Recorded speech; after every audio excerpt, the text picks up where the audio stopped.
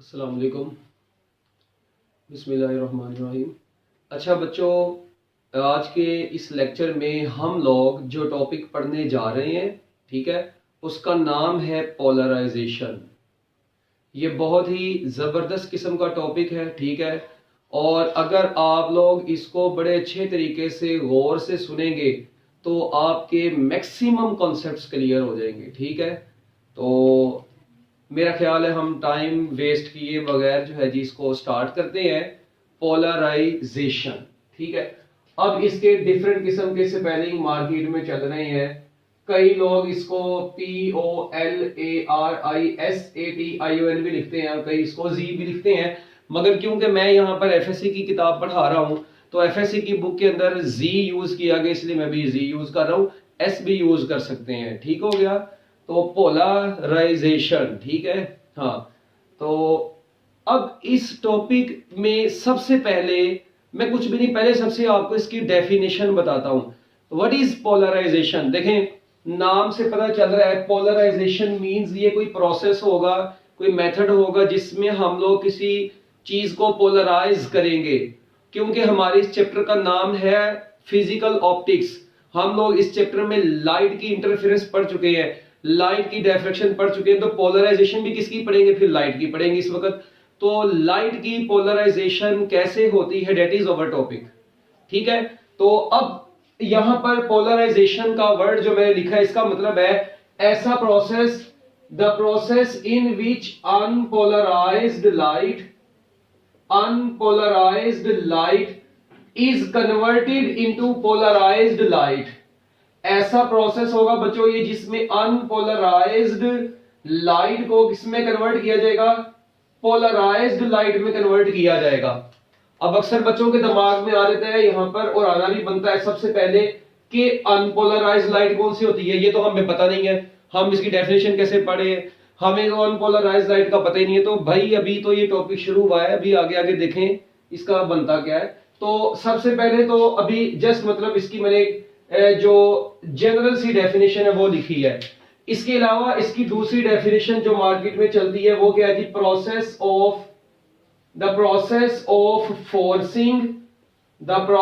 Of forcing light waves to vibrate only in one plane is called polarization. अब इसकी ये दो definitions मैंने आपके सामने लिख दी है। पहली मैंने क्या लिखी है जी? द प्रोसेस ऑफ फोर्सिंग, ठीक है जी, द प्रोसेस ऑफ फोर्सिंग, पहली बल्कि अनपोलराइज्ड लाइट को पोलराइज बनाना। दूसरी है कि process of forcing light waves to vibrate only in one plane is called polarization. अच्छा, अब इसका मतलब क्या है? कि क्या मतलब लाइट को फोर्स करना, एक ही वाइब्रेट करने के लिए एक ही प्लेन, इसका क्या मतलब है? अब इनका मतलब हमने समझने के, what do you mean by the polarized light, unpolarized light और पार्शियली पोलराइज्ड लाइट, ठीक है। पहले आपको इन तीनों का कॉन्सेप्ट होगा, तो उसके बाद आप लोग इसको मजीद आगे लेकर चलेंगे। तो मैं इसकी डेफिनेशन के बाद ना जो बात बताने लगा हूं अभी, वो जरा आपकी बुक से थोड़ी सी हटके होगी, मगर आपको पता होना चाहिए। हम लोग यहाँ पर पोलराइजेशन लाइट जो होती है, ये हम लोग यहाँ पर पढ़ेंगे कि ये पोलराइज्ड भी होती है, अनपोलराइज्ड भी होती है, ठीक है जी। अनपोलराइज्ड लाइट को पढ़ेंगे, फिर हम लोग पोलराइज्ड लाइट को पढ़ेंगे, और उसके बाद हम लोग पार्शियली पोलराइज्ड लाइट। बच्चों ये तीन किस्म की हम लोग पोलराइजेशंस को पहले पढ़ लेते हैं, इनका कॉन्सेप्ट समझ लेते हैं, उसके बाद हम लोग जब अपनी किताब के ऊपर जाएंगे तो हमें वैसे सुकून मिल जाएगा। अच्छा, अनपोलराइज्ड लाइट क्या होती है? देखिए भाई, अगर आप लोग इसको गौर से समझे ना तो शायद आप लोगों को समझ आ जाए। हम लोग एक कोई भी आपके पास ना एक लाइट बल्ब है, ठीक है, इनकैंडिसेंट आपके पास बल्ब है। आपको पता है बल्ब जो है उसके ना अंदर से हर तरफ से लाइट, मतलब इधर भी हर तरफ से तो लाइट उसके बाहर निकल रही है।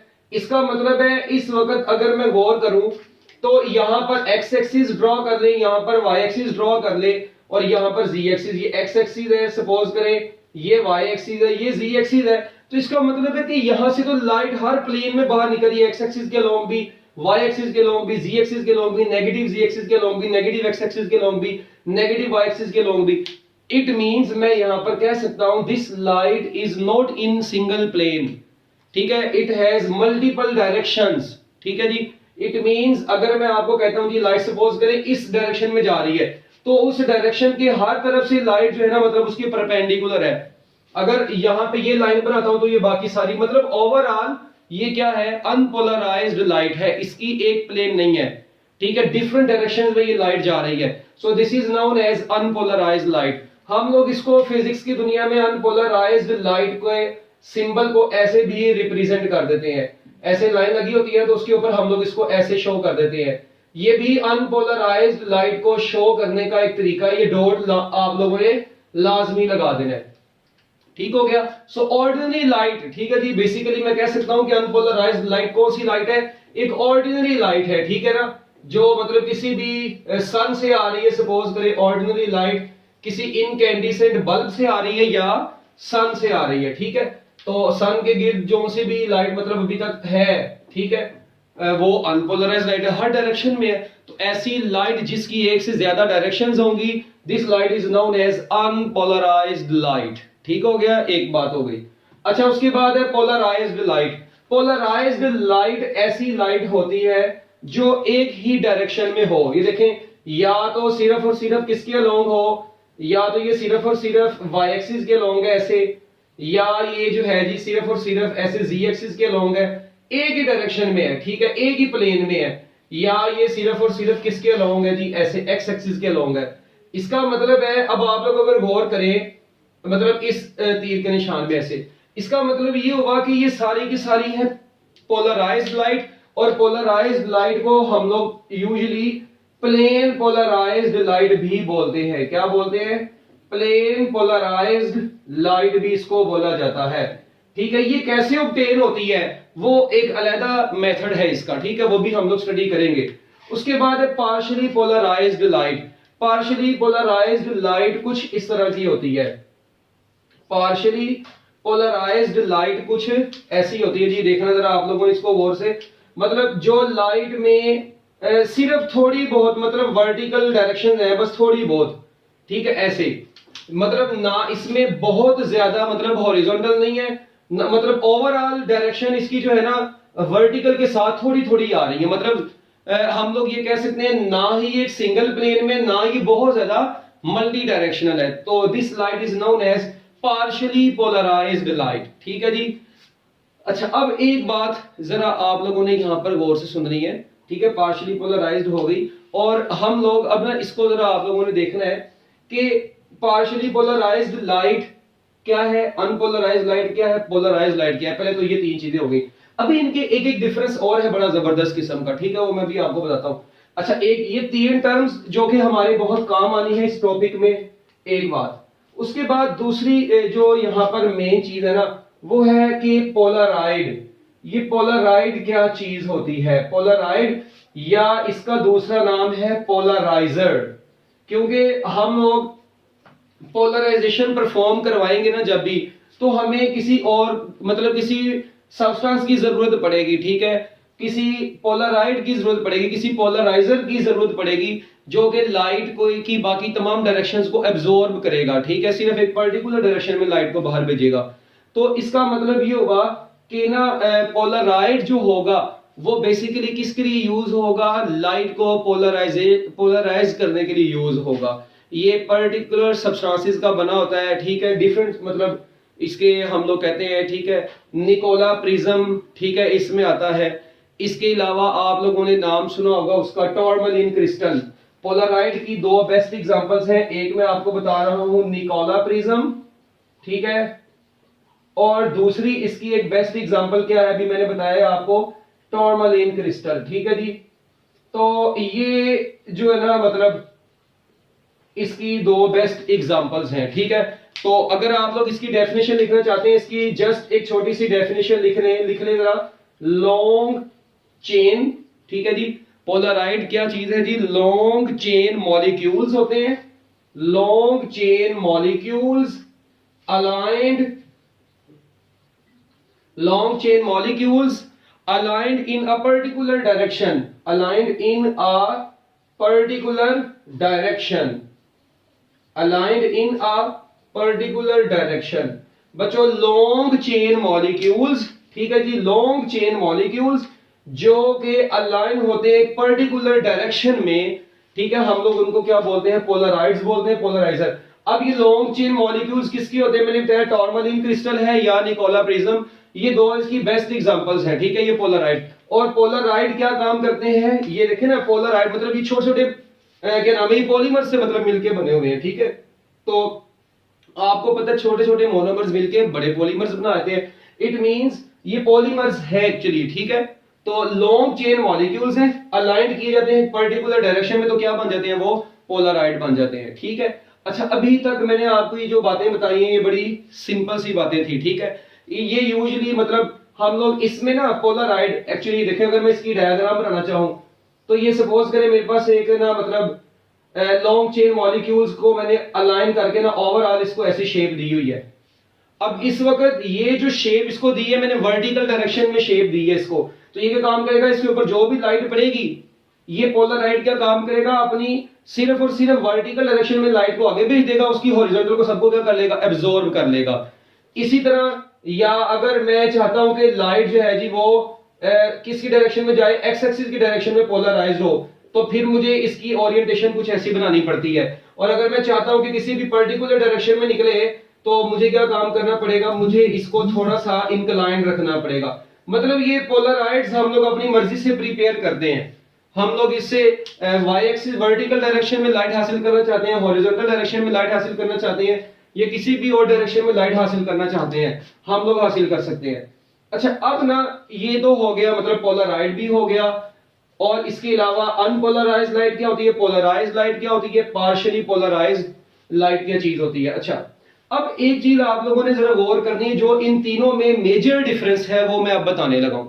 जो इन तीनों में मेजर डिफरेंस है उसको आप लोगों ने जरा गौर से आंखें खोल के सुनना है, ठीक है।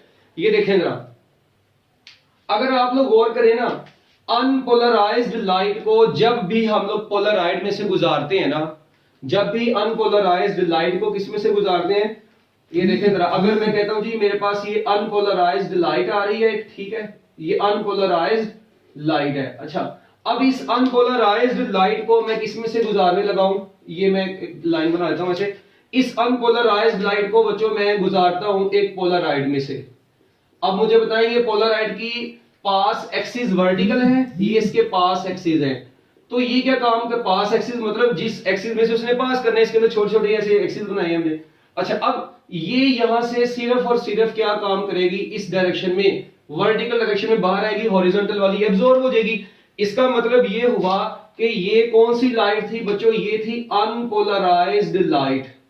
ये कौन सी लाइट थी, ये अनपोलराइज्ड लाइट थी, और क्या बन गई है, और ये पोलराइज्ड बन गई है। सो अनपोलराइज्ड लाइट को पोलराइज्ड बनाने के इस प्रोसेस को ही क्या बोलते हैं, पोलराइजेशन बोलते हैं। और इस पोलराइजेशन को परफॉर्म किसने करवाया है, इस पोलराइड ने परफॉर्म करवाया, दिस इज पोलराइड। और ये पोलराइड क्या ऐसा काम कर रहा है, ये मैंने अभी बताया है कि ये टॉर्मलिन क्रिस्टल वगैरह का बना होता है, ठीक है, और लॉन्ग चेन मॉलिक्यूल्स होते हैं, और ये क्या काम करते हैं, आने वाली लाइट की वर्टिकल डायरेक्शन को बाहर भेज देगा, हॉरिजॉन्टल को एब्जॉर्ब कर लेगा, बाकी तमाम डायरेक्शंस को एब्जॉर्ब कर लिया है, उसकी तमाम इलेक्ट्रिकल वाइब्रेशंस को एब्जॉर्ब कर लिया है, एक पर्टिकुलर डायरेक्शन उसको बाहर भेज दिया। So this is known as polarization. तो देखें, अगर आप लोग गौर करें, हमने ऐसा प्रोसेस यूज किया है जिसमें लाइट को फोर्स कर दिया, उसको मजबूर कर दिया एक ही प्लेन में वाइब्रेट करने के लिए।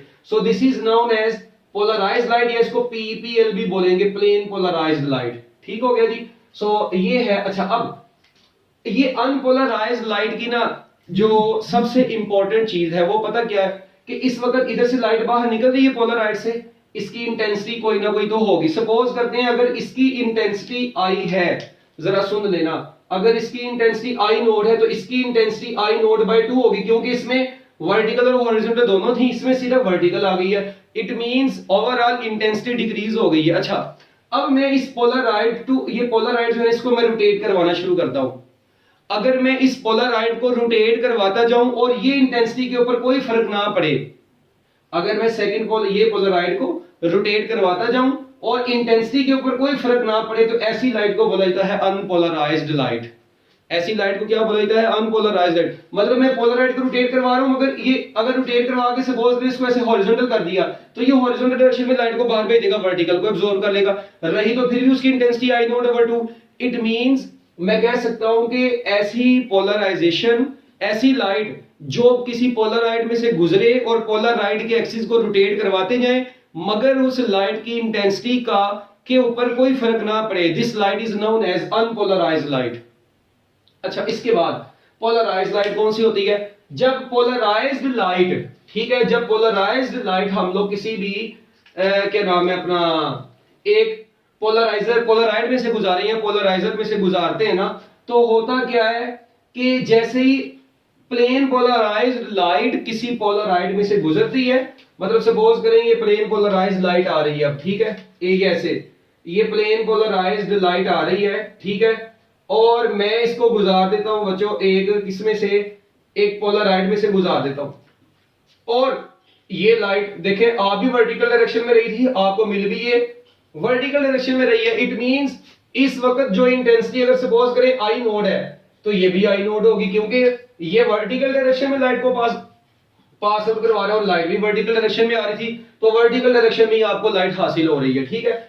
इसका मतलब ये होगा कि मैं यहां पर कह सकता हूं कि ये सेकंड ये जो पोलराइड है ना, ये वाला पोलराइड, इसमें से लाइट गुजरी है, उसकी इंटेंसिटी चेंज नहीं हुई। अच्छा, अब मैं इसको रोटेट करवाना शुरू कर दूं, मैं जैसे इस पोलराइड को रोटेट करवाना शुरू कर दूंगा तो यहां पर जो लाइट मिल रही है उसकी इंटेंसिटी कम होती जाएगी, डिमर होती जाएगी, कम मध्यम होती जाएगी, ठीक है। और एक ऐसा वक्त आएगा कि अगर मैं इस पोलराइड को इस लाइट के परपेंडिकुलर, मतलब पोलराइड ऐसे था, ऐसे परपेंडिकुलर रख दूंगा तो ये तमाम लाइट को ब्लॉक कर देगा, आपको यहां पर कोई लाइट नहीं मिलेगी। So this is the method to check the light which is polarized और नॉट। अब देखें अनपोलराइज्ड अगर होती तो आपको स्क्रीन पर लाइट मिलनी थी, इंटेंसिटी पर फर्क नहीं पड़ना था। ये प्लेन पोलराइज्ड लाइट है कि जिसके आगे पोलराइड को रोटेट करवाते जाएंगे तो वो डिम होती जाएगी, और जब परपेंडिकुलर हो जाएगी तो मुकम्मल तौर पर खत्म हो जाएगी। इट मींस ये है ये प्लेन पोलराइज्ड लाइट है, ठीक है। So when plane polarized light passes through the polaroid, ठीक है जी, if axis of the polaroid is parallel to the direction of propagation of light, then the maximum intensity will be obtained, but when the polaroid is rotating the intensity of the light will become dimmer and dimmer, ठीक है जी। और उसके बाद अगर ये मुकम्मल तौर पे उसके परपेंडिकुलर हो जाएगा तो लाइट खत्म हो जाएगी। इसका मतलब ये प्लेन पोलराइज्ड लाइट को चेक करने का एक मेथड था। अभी इसको मैं मजीद डिटेल में भी आपको बताऊंगा। अच्छा, अब पार्शियली पोलराइजेशन में क्या होता है? इसका मतलब है कि अगर ये पोलराइड परपेंडिकुलर हो गया ना, इधर परपेंडिकुलर हो गया तो आपको यहां पर क्या मिलेगी? जीरो लाइट मिलेगी, ठीक हो गया। यहां पर लाइट की इंटेंसिटी पर फर्क पड़ रहा था, ये देखिए, यानी यहां पर क्या हो रहा था? No change in intensity, no change in intensity, इसमें लाइट की इंटेंसिटी पर कोई फर्क नहीं पड़ा पोलराइड को रोटेट करवाने से। मगर इसमें क्या हुआ? इंटेंसिटी जो है वो मैक्सिमम से क्या हो जाएगी? मिनिमम हो जाएगी एंड बिकम्स जीरो, और जीरो हो जाएगी कब? जब ये पोलराइड परपेंडिकुलर हो जाएगा लाइट की डायरेक्शन के, ठीक हो गया। अच्छा, जबकि इसमें क्या होता है? जब ये पार्शियली पोलराइज्ड लाइट, ठीक है, किसी पोलराइड में से गुजरती है ना, पार्शियली पोलराइज्ड लाइट जब किसी पोलराइजर में से गुजरती है तो आपको तो डायरेक्शन जो मिल गई वो एक डायरेक्शन मिल गई, पोलराइज तो हो गई। अब ये थी पार्शियली पोलराइज्ड लाइट, ठीक है, जब पोलराइड में से गुजरी प्लेन पोलराइज्ड बन गई। अब आप लोग इस पोलराइड को रोटेट करवाते जाएं, क्या करवाते जाएं?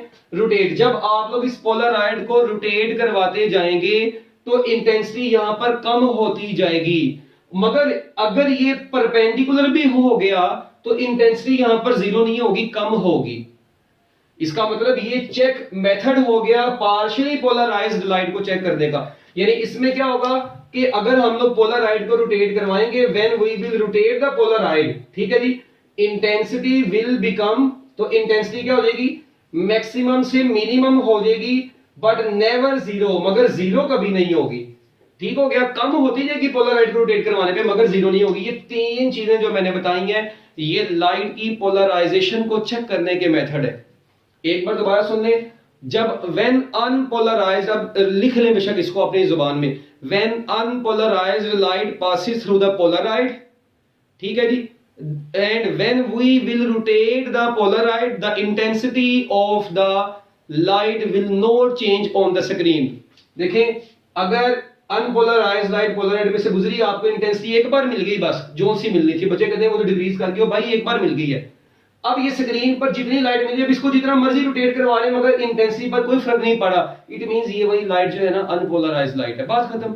अच्छा, जब when plane polarized light passes through the polaroid and axis of the polaroid is parallel to the direction of incident light, then the same light will obtain at the screen। तो हमें same light screen पर मिल रही है, but when the axis of the polaroid is perpendicular to the incident light, then we will obtain zero light, zero intensity। It means this light is known as plane polarized light। और उसके बाद जब partially polarized light Polaroid पर fall करती है, तो आप लोग उसको रोटेट करवाएं तो इंटेंसिटी कम होती जाती है, मगर जीरो कभी नहीं होती। इसमें पोलराइड जब परपेंडिकुलर आ गए तो मुकम्मल तौर पर जीरो होगी, इसमें जीरो नहीं होती। बस ये तीन तरीके हैं लाइट की, मतलब इनको चेक करने के कि अनपोलराइज्ड लाइट है, प्लेन पोलराइज्ड लाइट है या पार्शियली पोलराइज्ड लाइट है। तो मेरा ख्याल है आप लोगों को समझ आ गई होगी जितनी डिटेल में मैंने बताया। तो आप लोग इसको बैक करें, अच्छे तरीके से दोबारा से एक मर्तबा देख लें और इसको समझ लें एक मर्तबा।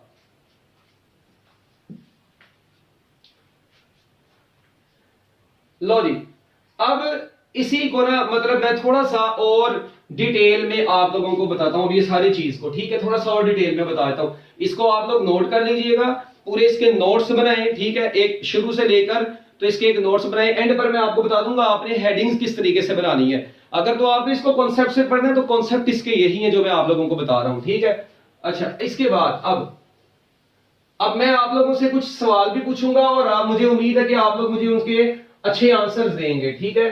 लो भी, अगर मैं कहता हूं आप लोगों को कि हमारे पास एक सोर्स ऑफ लाइट है, ठीक है, इधर आप लोगों ने गौर से देखना है।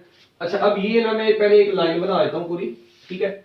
अच्छा, अब इस पे आप लोग मुझे ये बताएं, यहां पर हमारे पास एक इनकैंडिसेंट लैंप से, ठीक है जी, लाइट आ रही है और ये इसकी डायरेक्शंस हैं, ठीक है। ये इस वक्त डिफरेंट डायरेक्शंस में है। दिस इज पोलराइज्ड और unpolarized light, this is unpolarized light, okay. लो जी, ये है अनपोलराइज्ड लाइट, ठीक है, अनपोलराइज्ड लाइट है ये। जैसे ही मैंने इसको किसी पोलराइड में से गुजारा, ये पोलराइड इस वक्त ऐसे है, ठीक है। अब जरा आप लोगों ने मुझे बताना है, इस वक्त ये पोलराइड जो है जी, जैसे ये पोलराइड 1 में से गुजरी, पोलराइड 1, ये पोलराइड 1 है, क्या इसके एक्सिस, ये पास एक्सिस परपेंडिकुलर नहीं है? यस, इसके पास एक्सिस परपेंडिकुलर है, तो ये आने वाली लाइट को सिर्फ और सिर्फ ऐसे इस डायरेक्शन में भेज देगी। It means this light is known as plane polarized light, ठीक है। इसको जरा अच्छे तरीके से सुनते जाएं, this is known as plane polarized light, और इसको प्यार से क्या बोल देंगे, पीपीएल बोल देंगे, ठीक है। अब ये प्लेन पोलराइज्ड लाइट है। जब ये प्लेन पोलराइज्ड लाइट किसी ऐसे पोलराइड में से गुजरी है, ये देखें जरा, अगर आप लोग गौर करें कि वो भी इसके परपेंडिकुलर है, ऐसे परपेंडिकुलर नहीं मींस पैरेलल है। तो अब आप लोग देखें, जैसे ही ये इधर से भी गुजरी है पोलराइड में से, अब ये पोलराइड जो है आने वाली लाइट के पैरेलल है, मैंने पीछे केस भी बताए हैं। तो बच्चों क्या होगा, ये आपको ऐसे ही लाइट यहां पर मिलना शुरू हो जाएगी। तो इसका मतलब ये हुआ कि अगर देखें, अब ना इसकी मैं इंटेंसिटी की बात नहीं कर रहा, this is plane polarized light, मैंने चेक करना था इसको। लेट वी से कि इसकी इंटेंसिटी आई नोड है।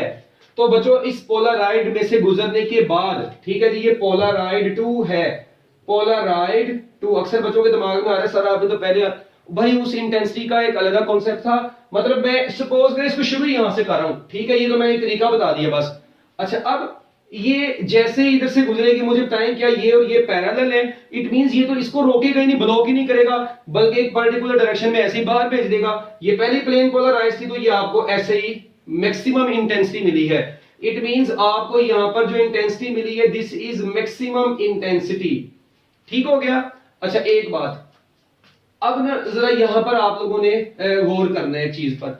अगर मैं आप लोगों को कहता हूं कि सपोज करें, मतलब यहां पर ये वाली जो इंटेंसिटी है ना, इसको मैं आई भी बोल रहा हूं, मगर जो आई है वो इस वक्त आपकी ओरिजिनल इंटेंसिटी के बराबर है। अच्छा, अब क्या हुआ, अगर मैं यही ओरिएंटेशन कुछ ऐसे बनाऊंगा, सपोज करते हैं ये दोबारा से मैं एक ओरिएंटेशन बनाता हूं।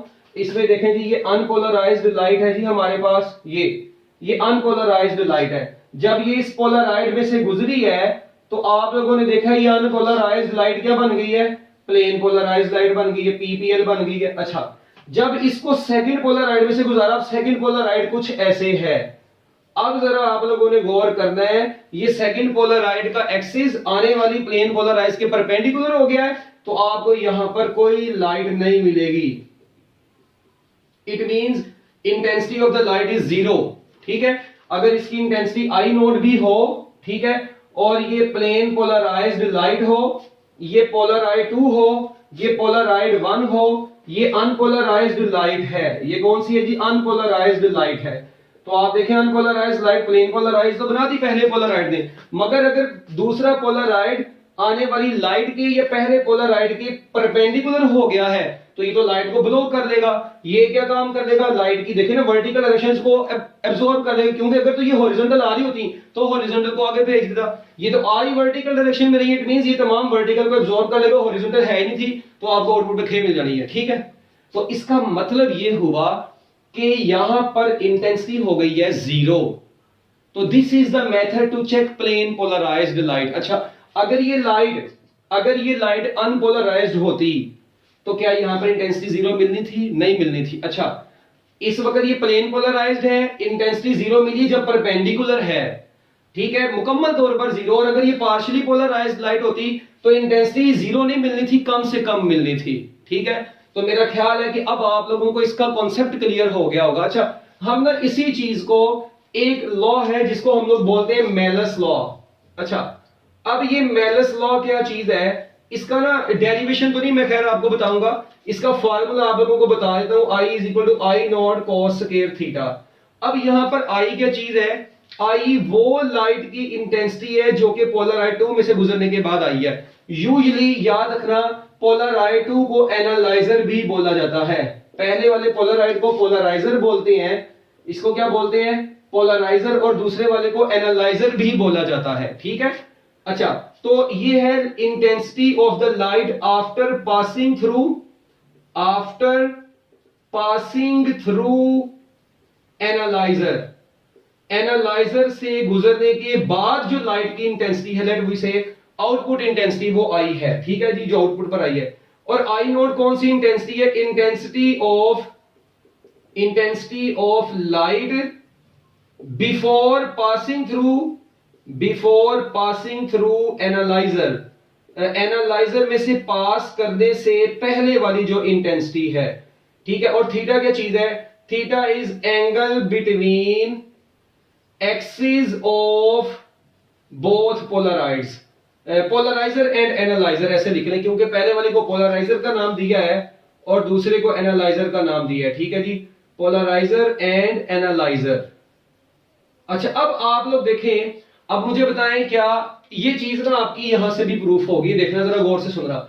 मुझे बताओ, इस वक्त दोनों के एक्सिस, पास एक्सिस और इसका भी पास एक्सिस एक दूसरे के पैरेलल हैं। जब ये एक दूसरे के पैरेलल हैं तो आप लोगों को पता है कि थीटा यहां पर 0 डिग्री है।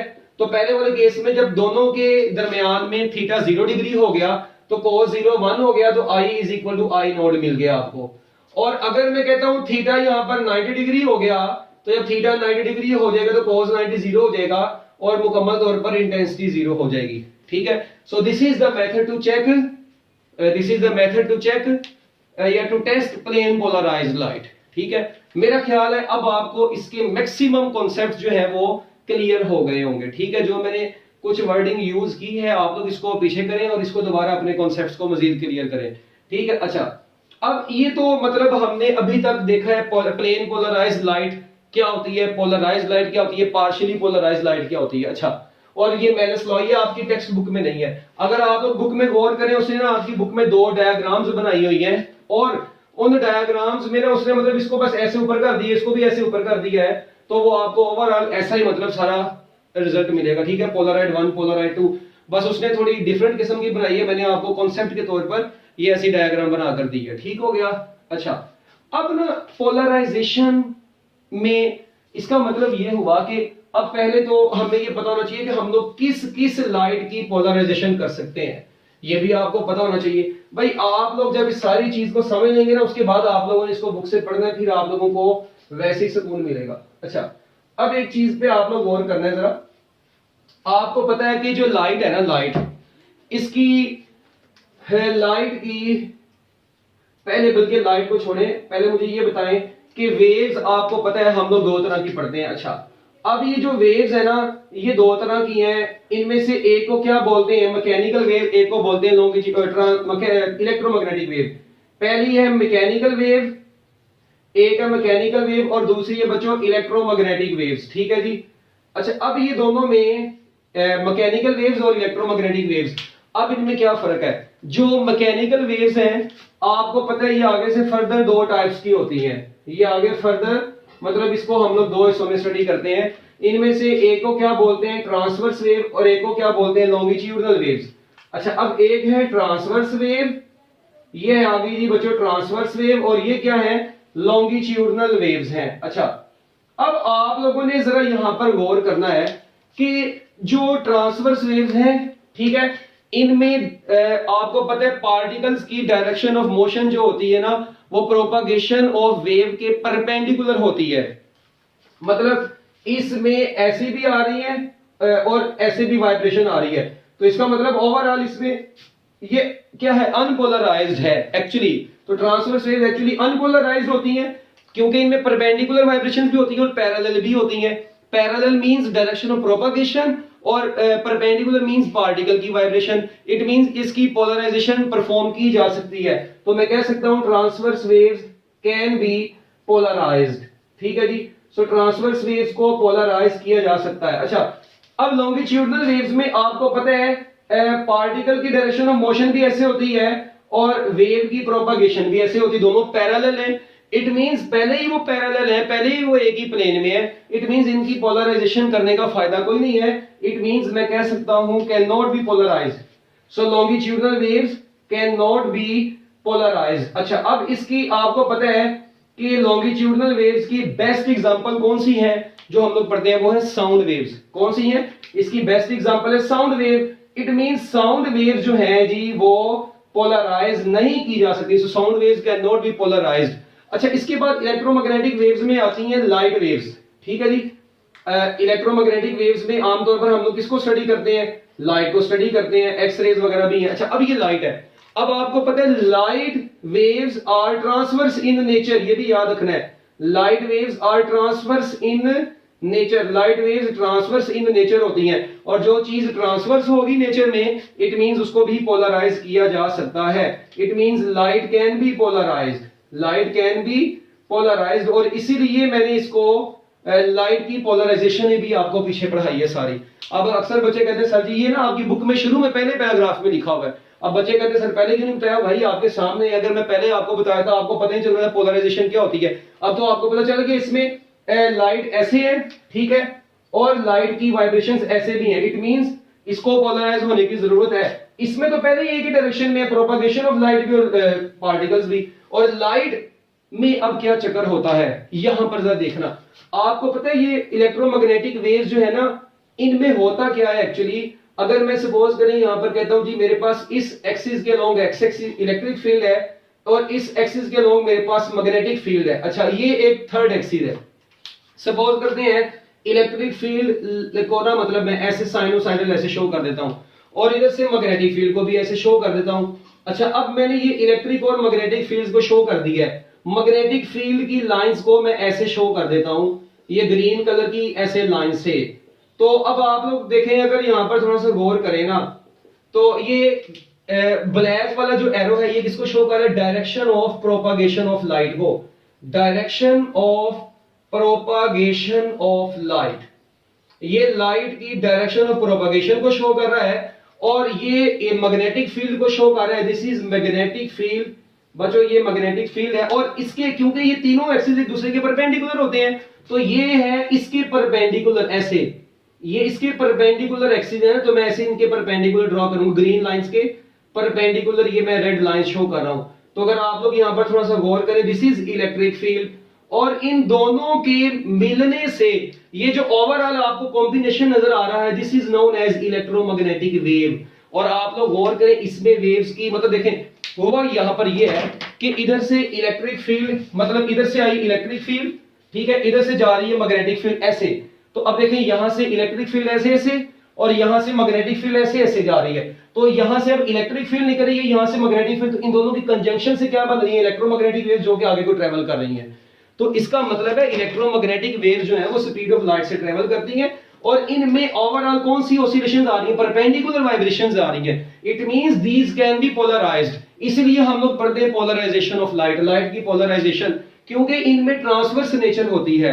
लाइट की वेव नेचर, लाइट की कौन सी नेचर है, मैकेनिकल, अपना ट्रांसवर्स या लॉन्गिट्यूडनल नेचर। तो क्या आंसर देंगे, लाइट इलेक्ट्रोमैग्नेटिक वेव्स तो है, मगर इनकी नेचर कौन सी नेचर होती है, ट्रांसवर्स नेचर होती है। ये याद रखना है, due to perpendicular electric and magnetic oscillations, ठीक है।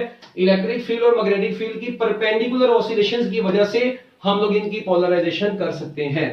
तो मेरा ख्याल है जी कि आप लोगों को मैक्सिमम चीजें समझ आ गई होंगी। अगर आप लोग बुक में अब गौर से पढ़ेंगे, पहले पैराग्राफ में आपको पोलराइजेशन की डेफिनेशन और ये बातें लिखी हुई मिलेंगी, ठीक है। और उसके बाद हमने अभी तक जितने भी, मतलब उसके बाद हम लोगों ने क्या मेथड पढ़ा जी, लाइट, अनपोलराइज्ड लाइट को पोलराइज कैसे बनाते हैं, पोलराइड क्या होते हैं। अच्छा, उसके बाद हम लोगों ने ये पढ़ा कि प्लेन पोलराइज्ड लाइट को टेस्ट कैसे करते हैं, ठीक है।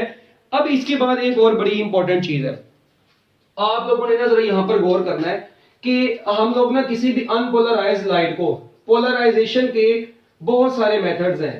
पोलराइजेशन के अगर मेथड्स की बात करें बच्चों, तो याद रखना, पोलराइजेशन के बहुत ज्यादा मेथड्स हैं। उनमें से पहला है सिलेक्टिव एब्जॉर्प्शन मेथड। कौन सा मेथड है, पहला है सिलेक्टिव एब्जॉर्प्शन मेथड, जो भी मैंने आप लोगों को पढ़ाया है पीछे, ठीक है। उसके बाद दूसरा है रिफ्लेक्शन थ्रू, रिफ्लेक्शन, ठीक है जी, थ्रू सरफेसेस, डिफरेंट सरफेसेस। तो हम लोगों ने भी इसको ना डिफरेंट सरफेसेस से लाइट की रिफ्लेक्शन से पोलराइजेशन कैसे होती है उसको भी अभी आगे पढ़ेंगे। Scattering by small particles, scattering, scattering by small particles, ठीक है जी। और स्मॉल पार्टिकल्स से स्कैटरिंग ये होती कैसे है, असल में ना इनकी डिटेल्स हमारी बुक में नहीं लिखी हुई। स्कैटरिंग बाय स्मॉल पार्टिकल्स, और उसके बाद एक और है जी यहां पर refraction through crystals, refraction through crystals, ठीक है जी। क्रिस्टल्स से जो रिफ्रैक्शन होती है लाइट की, तो इससे ये सारे पोलराइजेशन के मेथड हैं हमारे पास, ठीक है। मगर हम लोग इनमें से जो सबसे कॉमन मेथड है ना, the most common method is selective absorption method, और मोस्ट कॉमन मेथड इनमें से कौन सा है, सिलेक्टिव एब्जॉर्प्शन मेथड होता है। तो ये आप लोगों ने याद रखना है, selective absorption method is most common method for the polarization of the light. अच्छा, अब इसमें जो सिलेक्टिव एब्जॉर्प्शन मेथड में हम लोग जो मटेरियल यूज करते हैं ना लाइट वेव्स को एब्जॉर्ब करने के लिए, उसको बोलते हैं डाइकोरिक सब्सटेंस। उसका नाम क्या होता है, डाइकोरिक सब्सटेंस उसको बोला जाता है। जिस तरह मैंने भी बताया था कि मतलब डाइकोरिक सब्सटेंस में एक्चुअली क्या आता है, पोलराइड आते हैं। ये डाइकोरिक सब्सटेंसेस बेसिकली क्या है, पोलराइड है। कौन से पोलराइड, जो मैंने बताया टॉर्मलिन क्रिस्टल या निकोला प्रिज्म, ठीक है। तो ये मतलब डाइकोरिक सब्सटेंस है, ये तो पोलराइड है ना बेसिकली। सिलेक्टिव एब्जॉर्प्शन में कौन था, पोलराइड था, जो आने वाली लाइट की तमाम वाइब्रेशंस को एब्जॉर्ब कर रहा था और एक पर्टिकुलर डायरेक्शन में लाइट को बाहर भेज रहा था, ठीक है। अच्छा, अब एक चीज यहां पर और बहुत इंपॉर्टेंट है, सिलेक्टिव एब्जॉर्प्शन मेथड के बाद रिफ्लेक्शन थ्रू सरफेस। कौन सी सरफेस, मैं कहता हूं जी वाटर की सरफेस हो गई, ठीक है, वाटर की सरफेस हो गई, ग्लास की सरफेस हो गई, ठीक है। इसके अलावा जो स्मोग है, ठीक है, उसकी मतलब एयर में जो पार्टिकल्स है स्मोग वगैरह, ठीक है, उससे भी इनकी जो है ना मतलब रिफ्लेक्शन वगैरह होती है और इनकी पोलराइजेशन थोड़ी बहुत हो जाती है। अच्छा, वो अब कैसे होती है, इसके यूजेस भी अब क्या है, देखिए रिफ्लेक्शन थ्रू डिफरेंट सरफेसेस में होता है यहां पर भी कुछ इस तरीके से है। इसको जरा आप लोग समझ ले गौर से, ये मेथड्स हो गए हैं। अच्छा, अब मैं आप लोगों को कहता हूं जी, सपोज करते हैं मेरे पास लाइट आ रही है, ठीक है, ये लाइट आई यहां पर किसी पर्टिकुलर डायरेक्शन से, मतलब सन से सपोज करें, यहां पर ये सूरज बैठा हुआ है, ठीक है। अब ये सूरज से लाइट आई, ठीक है, यहां पर जी सपोज करते हैं हम यहाँ पर ना ग्लास सरफेस है या वाटर है, जो भी है वट एवर, एयर है, ठीक है, एयर के अंदर मतलब एयर के नीचे फिर ये सारे, अब ये मीडियम आ गया कोई भी, ठीक है। अब जब होता है यहां से, ये आपको पता है कि लाइट जब आके सरफेस से टकराती है कुछ हिस्सा रिफ्लेक्ट हो जाता है और कुछ हिस्सा मीडियम में रिफ्रैक्ट हो जाता है। अच्छा, अब ये लाइट थी एक्चुअली अनपोलराइज्ड लाइट, ये लाइट कौन सी थी, अनपोलराइज्ड लाइट। अब जैसे ये अनपोलराइज्ड लाइट आके, ठीक है, इस सरफेस से, इस बाउंड्री से टकराती है ना, तो ये है रिफ्लेक्टेड रे, ये है रिफ्लेक्टेड और ये है रिफ्रैक्टेड रे। अच्छा, जो रिफ्रैक्टेड होती है ना बच्चों, वो तो अनपोलराइज्ड ही रहती है। रिफ्रैक्टेड यूजुअली क्या रहती है, अनपोलराइज्ड ही रहती है। मगर जो रिफ्रैक्टेड है ना, ये जो रिफ्लेक्टेड है, ये क्या हो जाती है, ये पार्शियली पोलराइज्ड हो जाती है। ये क्या हो जाती है, पार्शियली पोलराइज्ड। अगर आपको याद हो, मैंने आपको तरीका बताया था पार्शियली पोलराइज्ड लाइट को, मतलब कुछ इसमें वर्टिकल है और कुछ इसमें हॉरिजॉन्टल है, मगर ज्यादा इसमें हम लोग हॉरिजॉन्टल डायरेक्शंस को डिस्कस करते हैं। दिस इज अब ये क्या थी, ये है अनपोलराइज्ड, ठीक है, ये है अनपोलराइज्ड लाइट, ठीक है। जबकि ये क्या है, पार्शियली पोलराइज्ड हो जाती है। ये आपकी टेक्स्ट बुक में भी उसने क्लियर करके लिखा है, ये पार्शियली पोलराइज्ड है और ये क्या थी, अनपोलराइज्ड लाइट है, ठीक है। अब आप लोग जरा यहां पर गौर करें, ये अनपोलराइज्ड है, ये पार्शियली पोलराइज्ड है। अब इस पार्शियली पोलराइज्ड लाइट, ठीक है, ये कौन सी है, पार्शियली पोलराइज्ड लाइट। तो इस वक्त इसकी नेचर ना पार्शियली पोलराइज्ड लाइट, ये जरूरी नहीं कि पार्शियली पोलराइज्ड हो, ये प्लेन पोलराइज्ड भी हो सकती है मुकम्मल तौर पे। वो कब होगी, आप लोग देखिए, अगर मैं इधर नॉर्मल लाइन ड्रॉ करूं और नॉर्मल के साथ इसका ये एंगल बन रहा है। अच्छा, आप लोग इस एंगल को बढ़ाते जाएं और एक वक्त आएगा, एक ऐसा एंगल आएगा जिस एंगल के ऊपर ये रिफ्लेक्टेड रे मुकम्मल तौर पर प्लेन पोलराइज्ड हो जाएगी। ऐसा एंगल ऑफ इंसिडेंस, वो एंगल ऑफ इंसिडेंस, ऐसा एंगल ऑफ इंसिडेंस आएगा एक, जिस एंगल ऑफ इंसिडेंस पर बच्चों क्या होगा, जो पार्शियली, ये जो रिफ्लेक्टेड रे है ना, रिफ्लेक्टेड रे मुकम्मल तौर पर प्लेन पोलराइज्ड हो जाती है। हम लोग ऐसे एंगल को क्या बोलते हैं, ऐसे एंगल को पोलराइजिंग एंगल बोला जाता है, पोलराइजिंग एंगल इसको बोला जाता है, ठीक है, या इसको ब्रूस्टर्स एंगल भी बोला जाता है, ठीक है। बट वो हमारा इतना ज्यादा मतलब अभी जरूरी नहीं है। तो ये एंगल ऑफ इंसिडेंस को चेंज करते जाएं तो ये पार्शियली पोलराइज्ड और इसकी भी पोलराइजेशन थोड़ी बहुत चेंज होती है, मगर हम लोग रिफ्लेक्टेड की डिस्कस कर रहे हैं क्योंकि मैं आपको रिफ्लेक्शन थ्रू सरफेस पढ़ा रहा हूं, तो मेरा मेन मकसद इस वक्त रिफ्लेक्शन को स्टडी करना था। तो लो जी, ये कुछ बातें हैं जो कि आपकी टेक्स्ट बुक में मतलब ये लिखी, ये तो नहीं लिखा हुआ मगर ये उसने सारा अंग्रेजी में एक्सप्लेन किया हुआ है, ठीक है। अच्छा, इसके बाद एक और बड़ी इंपॉर्टेंट चीज, अब ना आप लोगों ने देखना है, सपोज करते हैं हमारे पास एक लाइट है, ठीक है, ये सपोज करते हैं ये बच्चा है एक, ठीक है, इसने ऐनक पहनी हुई है ये, ठीक है, ये ऐसे ग्लासेस लगाई हुई है इसने, ठीक है। अब ये जो इसने ग्लासेस लगाई हुई है ना, ठीक है, ये इसकी ग्लासेस है ऐसे, ठीक है, और यहां पर सन से कहीं से ना मतलब ऐसे सूरज से ऐसे लाइट आ रही है। अब जैसे ही लाइट आके इसकी ग्लासेस पर पड़ती है और उसके बाद इसकी आंख के रेटिना तक उसने पहुंचना है। अब होता क्या है, ये जो ग्लासेस है ना, ये एक स्पेसिफिक मतलब पोलराइड की बनाई गई होती हैं, ये पोलराइड्स का यूज है। ये ऐसे पोलराइड की बनी हुई है कि ये आने वाली लाइट के अंदर से ना, ये अनपोलराइज्ड लाइट थी, ये अनपोलराइज्ड लाइट थी, ठीक है, ये अनपोलराइज्ड लाइट को क्या कर देती है, उसको प्लेन पोलराइज्ड बना के हमारी आंखों तक भेजती हैं। और जो आंखों को चुभने वाली रोशनी होती है, रिड्यूस ग्लेयर, जो आंखों को चुभने वाली रोशनी होती है उसके अंदर से ग्लेयर को रिड्यूस कर देती है, खत्म कर देती है। क्योंकि वो, ये आप लोगों ने छोटे बच्चों को देखा होगा मोहल्ले में जो एनके लगा के बड़े डोन बने होते हैं ना, ठीक है, तो ये उनकी बात हो रही है कि मतलब वो सूरज को भी देखें तो अनपोलराइज्ड लाइट उनको पोलराइज्ड बन के नजर आती है और वो एंजॉय करते हैं उस लाइट को, ठीक है। अच्छा, इसके बाद लास्ट पर बच्चों एक और पॉइंट है जो कि बड़ा इंपॉर्टेंट है, उसका नाम है ऑप्टिकल रोटेशन, ठीक है। अच्छा, ऑप्टिकल रोटेशन ये एक बड़ा छोटा सा मतलब एक टॉपिक है, इसको जरा आप लोग गौर से देखें। आपकी बुक में पहले यहां पर उसने एक पोलराइजर बनाया है, ठीक है, फिर ये शुगर सॉल्यूशन है, टार्टरिक एसिड वगैरह भी हो सकता है, मतलब उसने यूज किया हुआ है, ठीक है, बुक में, तो वो आप लोगों ने देख लेना है जो भी उसने नाम दिए हैं। मेरा बताने का जो मकसद है वो देखें जरा, ये पोलराइड है, इसे क्या बोल देंगे हम लोग, पोलराइड बोल देंगे, और बच्चों इसको हम लोग क्या बोल देंगे, एनालाइजर बोल देंगे, ठीक है। ये एनालाइजर है, ये पोलराइजर है, ठीक है, इसको पोलराइजर का नाम दे दें आप लोग। ये शुगर सॉल्यूशन है आपके पास, दिस इज शुगर सॉल्यूशन, ये शुगर सॉल्यूशन आ गया। अच्छा, अब आपके पास में यहां से लाइट आई, अनपोलराइज्ड लाइट, ठीक है, ये अनपोलराइज्ड लाइट आप लोगों के पास आई है इधर से, ये है अनपोलराइज्ड लाइट। अच्छा, जैसे इस पोलराइजर में से गुजरी तो वो प्लेन पोलराइज्ड हो गई। अच्छा, मगर जैसे ही वो इस शुगर सॉल्यूशन में से, ये plane polarized light sugar solution में से गुजरती है ना, तो ये ऐसी नहीं रहती बल्कि थोड़ी सी एक पर्टिकुलर डायरेक्शन में बेंड हो जाती है। मतलब इसको आना सीधा चाहिए था मगर सीधी नहीं आती बल्कि थोड़ी सी बेंड हो जाती है किसी पर्टिकुलर एंगल पर। तो इसका मतलब है कि जब भी प्लेन पोलराइज्ड